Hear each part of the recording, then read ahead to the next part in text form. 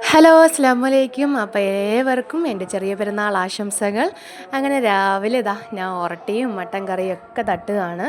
എല്ലാ പെരുന്നാളിനും ഒറട്ടിയും മട്ടൻ കറിയും വിട്ട് ഒരു കളിയില്ല. എൻ്റെ ഉമ്മച്ചിയുടെ സ്പെഷ്യലാണ്.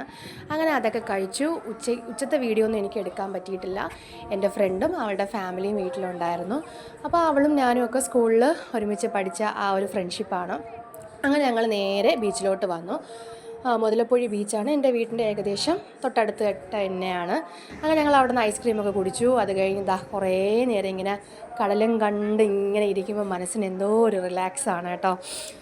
അങ്ങനെ കുഞ്ഞുങ്ങളെല്ലാവരും കടലിലിറങ്ങി കാല് നനച്ചു, കുളിച്ചു, എല്ലാം ചെയ്തു. ലാസ്റ്റ് മണലിലിരുന്ന് കൊട്ടാരമൊക്കെ പണിയാണ് എല്ലാവരും. അങ്ങനെ ഒത്തിരി നേരം അവിടെ സ്പെൻഡ് ചെയ്തു. പിന്നെ അവിടെ നിന്ന് ഞങ്ങൾ ഇറങ്ങി.